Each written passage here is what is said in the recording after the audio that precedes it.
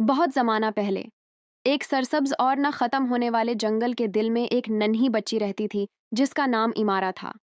वो 10 बरस की थी, परंदे जैसी तजस्सुस भरी और न उम्र शेरनी जैसी बहादुर। उसका गांव जंगल के किनारे पर आबाद था, जहां बुजुर्ग बच्चों को खबरदार करते कि जंगल में ज्यादा अंदर न जाना।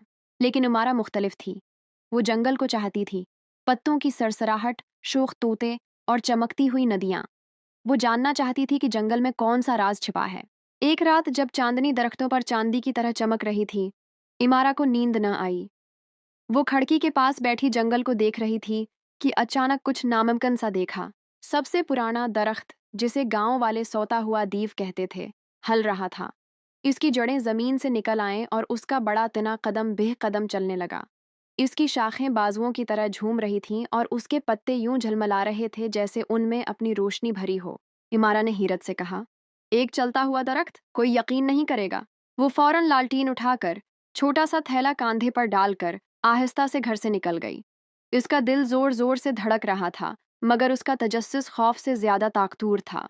जैसे जैसे वो आगे बढ़ती गई, जंगल की आवाजें बढ़ती गईं।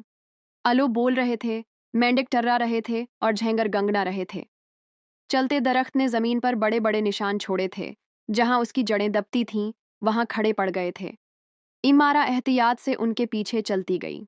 एक जगह एक शरारती बंदर नीचे झूल कर आया और उसका रास्ता रोक लिया।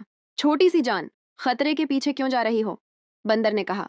क्योंकि मैं जानना चाहती हूं कि यह दरख्त कहाँ जा रहा है, इमारा ने दिलेरी से जवाब दिया। बंदर ने सिर झुकाया और कहा, तो ये ले लो।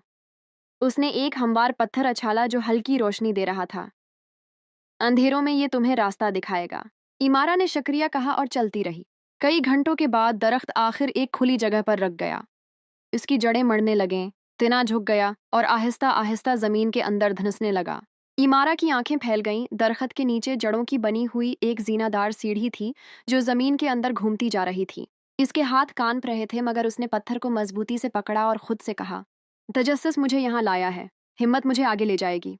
वो सीढ़ी पर कदम रखकर नीचे उतर गई। सीढ़ियां उसे एक हैरत अंगेज दुनिया में ले आईं। जगमगाते खंबे गार की दीवारों को रोशन कर रहे थे।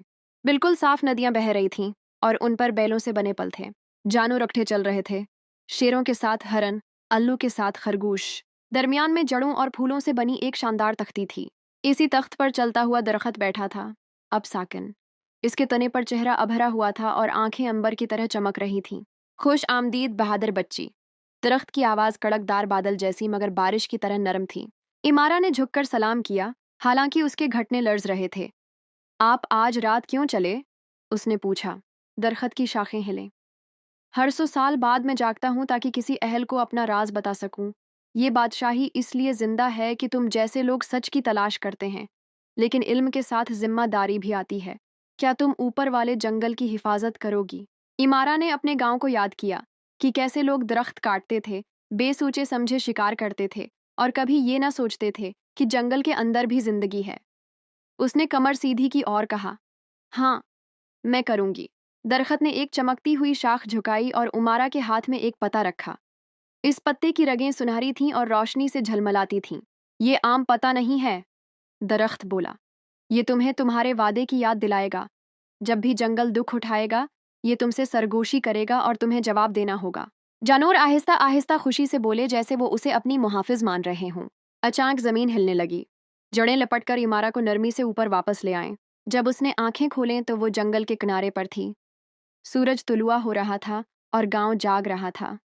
एक लम्हे को उसे लगा कि शायद ये ख्वाब था, मगर जब उसने अपना हाथ खोला तो सुनहरी पता अब भी वहां मौजूद था, हल्की रोशनी में झलमलाता हुआ।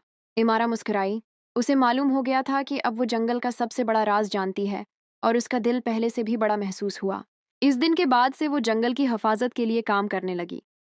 वो कहानियां सुनाती ताकि लोग दरख्तों, नदियों और जानवरों से मोहब्बत करें। और अगरचा किसी ने फिर कभी चलता हुआ दरख्त नहीं देखा, इमारा ने अपनी जिंदगी भर उसका वादा निभाया। कहानी का सबक तजस्सुस दरियाफ्त की तरफ ले जाता है, लेकिन सिर्फ हिम्मत के साथ। इमारा ने वो रास्ता अपनाया जिसे सबने नज़रअंदाज किया था, और अपनी बहादुरी के सबब वो दुनिया देखी जो जड़ों और पत्तों के नीचे छिपी हुई थी।